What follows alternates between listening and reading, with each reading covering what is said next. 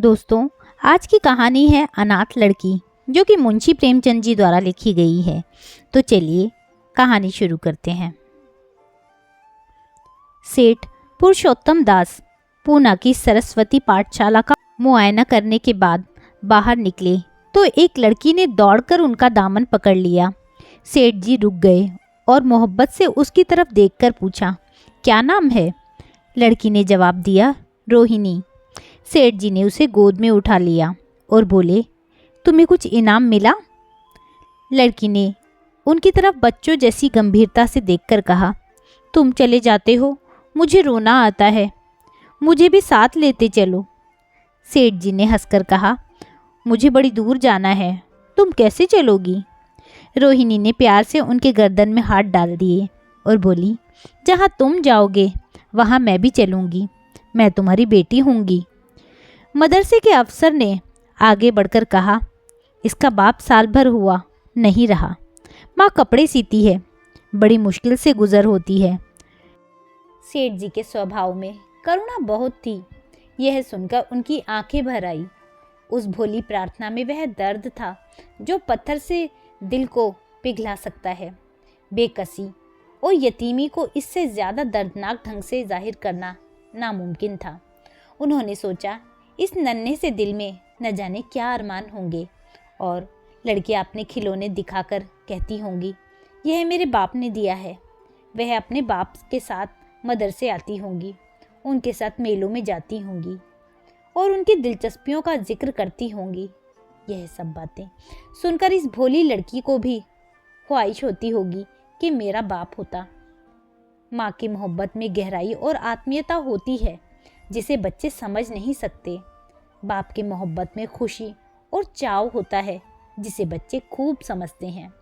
सेठ जी ने रोहिणी को प्यार से गले लगा लिया और बोले, अच्छा, मैं तुम्हें अपनी बेटी बनाऊंगा, लेकिन खूब जी लगाकर पढ़ना। अब छुट्टी का वक्त आ गया है, मेरे साथ आओ, तुम्हारे घर पहुंचा दूं। यह कहकर उन्होंने रोहिणी को अपनी मोटर कार में बिठा लिया। रोहिणी ने बड़े इत्मीनान और गर्व से अपनी सहेलियों की तरफ देखा। उसकी बड़ी बड़ी आंखें खुशी से चमक रही थी और चेहरा चांदनी रात की तरह खिला हुआ था। सेठ ने रोहिणी को बाजार की खूब सैर कराई और कुछ उसकी पसंद से और कुछ अपनी पसंद से बहुत सी चीज़ें खरीदी। यहाँ तक कि रोहिणी बातें करते करते कुछ थक सी गई थी और खामोश हो गई। उसने इतनी चीज़ें देखी और इतनी बातें सुनी कि उसका जी भर गया। शाम होते होते रोहिणी के घर पहुँचे और मोटर कार से उतरे। रोहिणी को अब कुछ आराम मिला। दरवाज़ा बंद था। उसकी माँ किसी ग्राहक के कपड़े देने गई थी। रोहिणी ने अपने तोहफों को उलटना पलटना शुरू किया। खूबसूरत रबड़ के खिलौने, चीनी की गुड़िया ज़रा दबाने से चू चू करने लगती और रोहिणी यह प्यारा संगीत सुनकर फूली ना समाती थी। रेशमी कपड़े और रंग बिरंगी साड़ियों के कई बंडल थे, लेकिन मखमली बूटे की गुलकारियों ने उसे खूब लुभाया था। उसे उन चीज़ों के पाने की जितनी खुशी थी, उससे ज़्यादा उन्हें अपनी सहेलियों को दिखाने की बेचैनी थी। सुंदरी के जूते अच्छे सही, लेकिन उनमें ऐसे फूल कहाँ हैं? ऐसी गुड़िया उसने कभी देखी भी ना होगी। इन ख्यालों से उसके दिल में उमंग भर आई और वह अपनी मोहिनी आवाज़ में एक गीत गाने लगी। सेठ जी दरवाजे पर खड़े इन पवित्र दृश्य का हार्दिक आनंद उठा रहे थे। इतने में रोहिणी की माँ रुक्मिणी कपड़ों की एक पोटली लिए हुए आती दिखाई दी। रोहिणी ने खुशी से पागल होकर एक छलांग भरी और उसके पैरों में लिपट गई। रुक्मिणी का चेहरा पीला था, आंखों में हसरत और बेकसी छिपी हुई थी। गुप्त चिंता का सजीव चित्र मालूम होती थी, जिसके लिए जिंदगी में कोई सहारा नहीं। मगर रोहिणी को जब उसने गोद में उठाकर प्यार से चूमा तो ज़रा देर के लिए उसकी आंखों में उम्मीद और ज़िंदगी की झलक दिखाई दी। मुरझाया हुआ फूल खिल गया। बोली, आज तू इतनी देर तक कहाँ रही? मैं तुझे ढूंढने पाठशाला गई थी। रोहिणी ने ठुमक कर कहा, मैं मोटर कार में बैठकर बाजार गई थी, वहाँ से खूब अच्छी अच्छी चीज़ें लाई हूँ। यह देखो कौन खड़ा है। माँ ने सेठ जी की तरफ ताका और लजाकर सिर झुका लिया। बरामदे में पहुंचते ही रोहिणी माँ की गोद से उतरकर सेठ जी के पास गई और अपनी माँ को यकीन दिलाने के लिए भोलेपन से बोली, क्यों, तुम मेरे बाप हो ना? सेठ जी ने उसे प्यार करके कहा, हाँ, तुम मेरी प्यारी बेटी हो। रोहिणी ने उनके मुंह की तरफ याचना भरी आंखों से देखकर कहा, अब तुम रोज यहीं रहोगे?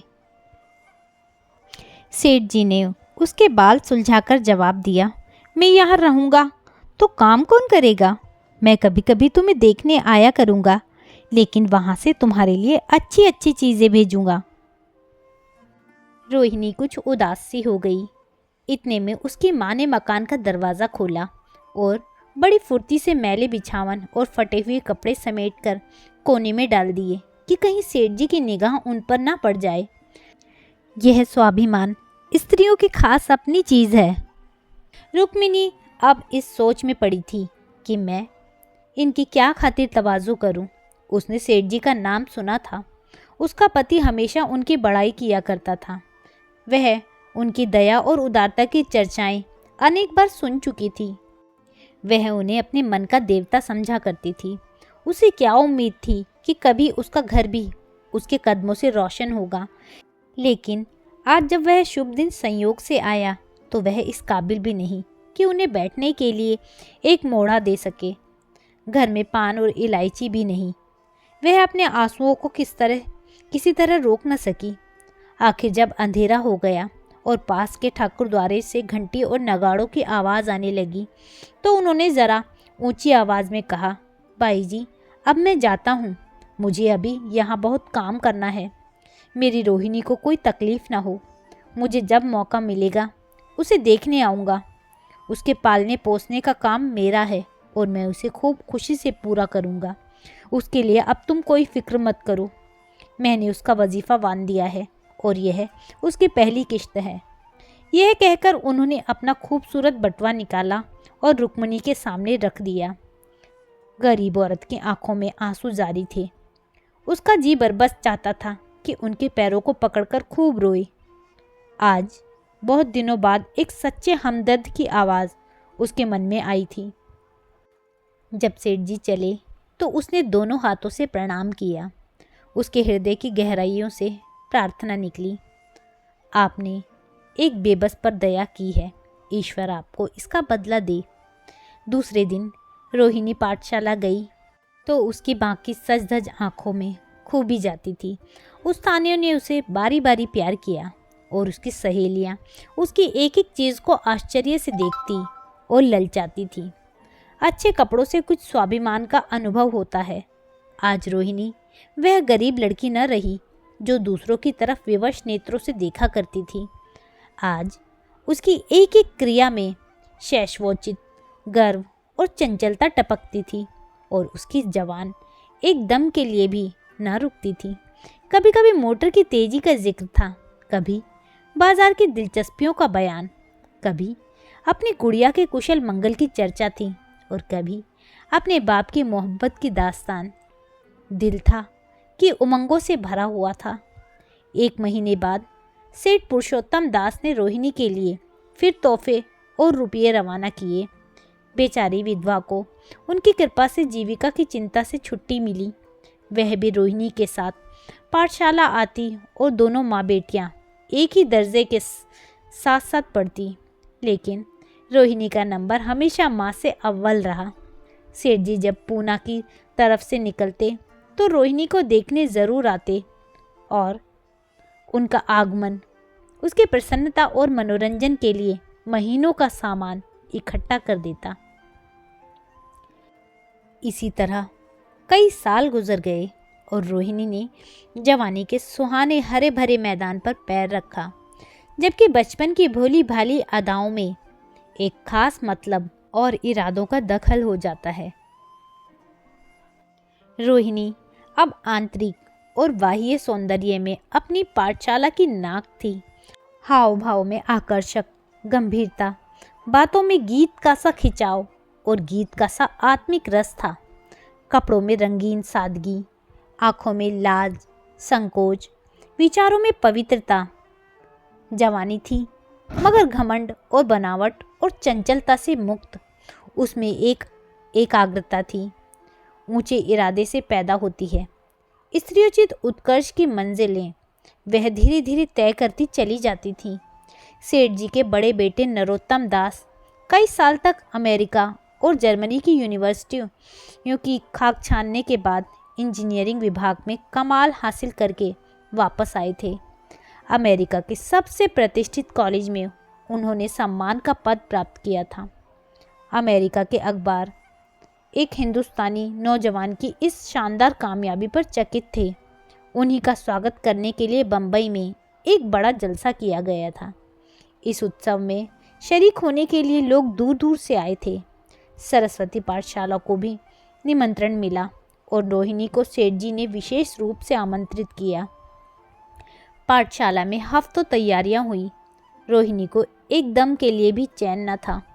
यह पहला मौका था कि उसने अपने लिए बहुत अच्छे से अच्छे कपड़े बनवाए। रंगों के चुनाव में वह मिठास थी, काट छांट में वह फबन जिससे उसकी सुंदरता चमक उठी। सेठानी कौशल्या देवी उसे लेने के लिए रेलवे स्टेशन पर पहुंची थी। रोहिणी गाड़ी से उतरते ही उनके पैर की तरफ झुकी, लेकिन उन्होंने उसे छाती से लगा लिया और इस तरह प्यार किया कि जैसे वह उनकी बेटी है। वह उसे बार बार देखती थी और आंखों से गर्व और प्रेम टपक पड़ता था। इस जलसे के लिए ठीक समुद्र के किनारे एक हरे भरे सुहाने मैदान में एक लंबा चौड़ा शामियाना लगाया गया था। एक तरफ आदमियों का समुद्र उबड़ा हुआ था, दूसरी तरफ समुद्र की लहरें उमड़ रही थी। गोया वह भी कुछ इसी खुशी में शरीक थी।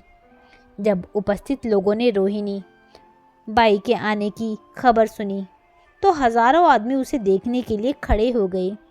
यही तो वह लड़की है जिसने अब की शास्त्री की परीक्षा पास की है। ज़रा उसके दर्शन करने चाहिए। अब भी इस देश की स्त्रियों में ऐसे रतन मौजूद हैं। भोले भाले देश प्रेमियों में इस तरह की बातें होने लगी। शहर की कई प्रतिष्ठित महिलाओं ने आकर रोहिणी को गले लगाया और आपस में उसके सौंदर्य और उसके कपड़ों की चर्चा होने लगी। आखिर मिस्टर पुरुषोत्तम दास तशरीफ लाए। हालांकि वह बड़ा शिष्ट और गंभीर उत्सव था, लेकिन उस वक्त दर्शन की उत्कंठा पागलपन की हद तक जा पहुंची थी। एक भगदड़ सी मच गई।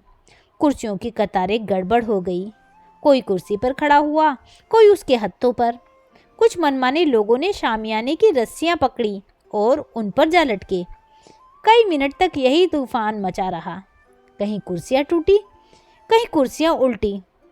कोई किसी के ऊपर गिरा, कोई नीचे। ज़्यादा तेज लोगों में धोल धप्पा होने लगा। अब बीन की सुहानी आवाज़ें आने लगी। रोहिणी ने अपनी मंडली के साथ देश प्रेम में डूबा हुआ गीत शुरू किया। सारे उपस्थित लोग बिल्कुल शांत थे और उस समय वह सुरीला राग, उसकी कोमलता और स्वच्छता और उसकी प्रभावशाली मधुरता, उसकी उत्साह भरी वाणी दिलों पर वह नशा पैदा कर रही थी, जिससे प्रेम की लहरें उठती हैं, जो दिल से बुराइयों को मिटाता है और उससे ज़िंदगी की हमेशा याद रहने वाली यादगार पैदा हो जाती है। गीत बंद होने पर तारीफ की एक आवाज़ न आई। वहीं ताने कानों में अब तक गूंज रही थी। गाने के बाद विभिन्न संस्थाओं की तरफ से अभिनंदन पेश हुए और तब नरोत्तम दास लोगों को धन्यवाद देने के लिए खड़े हुए, लेकिन उनके भाषण से लोगों को थोड़ी निराशा हुई। यूँ दोस्तों की मंडली में उनकी वर्तकता के आवेग और प्रवाह की कोई सीमा न थी, लेकिन सार्वजनिक सभा के सामने खड़े होते ही शब्द और विचार दोनों ही उनसे बेवफाई कर जाते थे। उन्होंने बड़ी बड़ी मुश्किल से धन्यवाद के कुछ शब्द कहे और तब अपनी योग्यता से लज्जित स्वीकृति के साथ अपनी जगह पर आ बैठे। कितने ही लोग उनकी योग्यता पर ज्ञानियों की तरह सिर हिलाने लगे। अब जलसा खत्म होने का वक्त आया। वह रेशमी हार जो सरस्वती पाठशाला की ओर से भेजा गया था, मेज पर रखा हुआ था। उसे हीरो के गले में कौन डाले?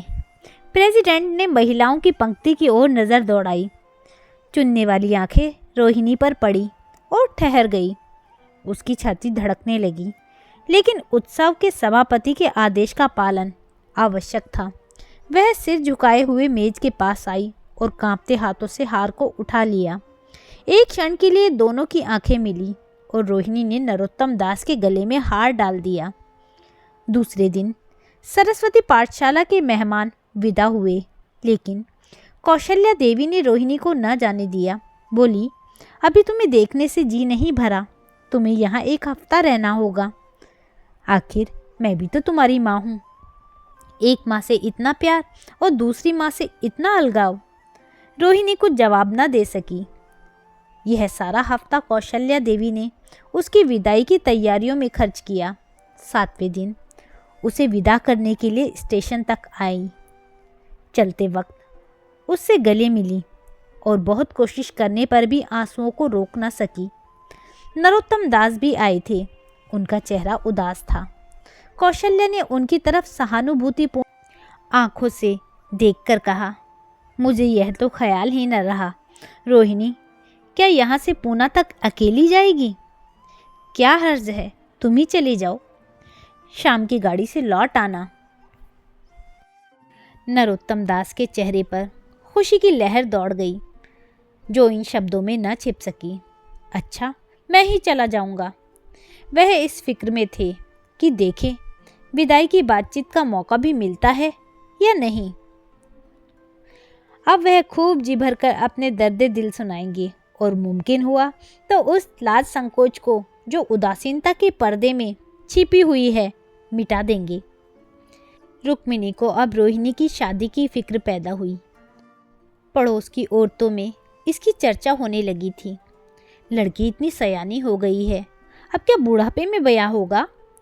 कई जगह से बात आई। उनमें कुछ बड़े प्रतिष्ठित घराने थे, लेकिन अब रुक्मिणी उन पैमानों को सेठ जी के पास भेजती तो वे यही जवाब देते कि मैं खुद फिक्र में हूँ। रुक्मिणी को उनकी यह टाल मटोल बुरी मालूम होती थी। रोहिणी को बंबई से लौटे महीना भर हो चुका था। एक दिन वह पाठशाला से लौटी तो उसे अम्मा की चारपाई पर एक खत पड़ा हुआ मिला। रोहिणी पढ़ने लगी। लिखा था, बहन, जब से मैंने तुम्हारी लड़की को बंबई में देखा है मैं उस पर रीझ गई हूँ। अब उसके बगैर मुझे चैन नहीं है। क्या मेरा ऐसा भाग्य होगा कि वह मेरी बहू बन सके? मैं गरीब हूँ, लेकिन मैंने सेठ जी को राजी कर लिया है। तुम भी मेरी यह विनती कबूल करो। मैं तुम्हारी लड़की को चाहे फूलों की सेज पर ना सुला सकूं, लेकिन इस घर का एक एक आदमी उसे अपनी आंखों की पुतली बनाकर रखेगा। अब रहा लड़का, माँ के मुंह से लड़के का बखान कुछ अच्छा नहीं मालूम होता, लेकिन यह कह सकती हूँ कि परमात्मा ने यह जोड़ी अपने हाथों से बनाई है। सूरत में, स्वभाव में, विद्या में, हर दृष्टि से वह रोहिणी की योग्य है। तुम जैसे चाहो अपना इत्मीनान कर सकती हो। जवाब जल्दी देना, और ज़्यादा क्या लिखूं? नीचे थोड़े से शब्दों में सेठ जी ने उस पैगाम की सिफारिश की थी। रोहिणी गालों पर हाथ रखकर सोचने लगी। नरोत्तम दास की तस्वीर उसकी आंखों में के सामने आ खड़ी हुई। उनकी यह प्रेम की बातें, जिनका सिलसिला बंबई से पूना तक नहीं टूटा था, कानों में गूंजने लगी। उसने एक ठंडी सांस ली और उदास होकर चारपाई पर लेट गई। सरस्वती पाठशाला में एक बार फिर सजावट और सफाई के दृश्य दिखाई दे रहे हैं। आज रोहिणी की शादी का शुभ दिन। शाम का वक्त, बसंत का सुहाना मौसम। पाठशाला में दारो दीवार मुस्कुरा रहे हैं और हरा भरा बगीचा फूला नहीं समाता। चंद्रमा अपनी बारात लेकर पूरब की तरफ से निकला। उसी वक्त मंगल आचरण का सुहाना राग उस रुपहली चांदनी और हल्के हल्के हवा के झोंकों में लहरें मारने लगा। दूल्हा आया। उसे देखते ही लोग हैरत में आ गए। यह नरोत्तम दास थे। दूल्हा मंडप के नीचे गया। रोहिणी की माँ अपने को रोक ना सकी। उसी वक्त जाकर सेठ जी के पैरों पर जा गिर पड़ी। रोहिणी की आंखों से प्रेम और आनंद के आंसू बहने लगे। मंडप के नीचे हवन कुंड बना था। हवन शुरू हुआ। खुशबू की लपेटें हवा में उठी और सारा मैदान महक गया। लोगों के दिलो दिमाग में ताजगी की उमंग पैदा हुई और फिर संस्कार की बारी आई। दूल्हा और दुल्हन ने आपस में हमदर्दी, जिम्मेदारी और वफादारी के पवित्र शब्द अपनी ज़बानों से कहे। विवाह की वह मुबारक जंजीर गले में पड़ी, जिसमें वज़न है, शक्ति है, पाबंदियां हैं, लेकिन वज़न के साथ सुख और पाबंदियों के साथ विश्वास है। दोनों दिलों में उस वक्त एक नई बलवान आत्मिक शक्ति की अनुभूति हो रही थी। जब शादी की रस्में खत्म हो गई तो नाच गाने की मजलिस का दौर आया। मोहक गीत गूंजने लगे। सेठ जी थक कर चूर हो गए। ज़रा दम लेने के बाद बगीचे में जाकर एक बेंच पर बैठ गए। ठंडी ठंडी हवा आ रही थी। एक नशा सा पैदा करने वाली शांति चारों तरफ छाई हुई थी। उसी वक्त रोहिणी उनके पास आई और उनके पैरों से लिपट गई। सेठ जी ने उसे उठाकर गले से लगा लिया और हंसकर बोले, क्यों, अब तो तुम मेरी अपनी बेटी हो गई। तो दोस्तों, यह थी कहानी अनाथ लड़की, जो कि मुंशी प्रेमचंद जी द्वारा लिखी गई है। आपको यह कहानी कैसी लगी मुझे कमेंट करके ज़रूर बताइएगा। यदि आपको यह कहानी अच्छी लगी हो तो कहानी को लाइक कीजिएगा, शेयर कीजिएगा और मेरे चैनल को सब्सक्राइब करना ना भूलिएगा और साथ ही बेल आइकन प्रेस करना ना भूलिएगा, ताकि आने वाली कहानियों का नोटिफिकेशन आपको मिल सके। कहानी सुनने के लिए बहुत बहुत धन्यवाद।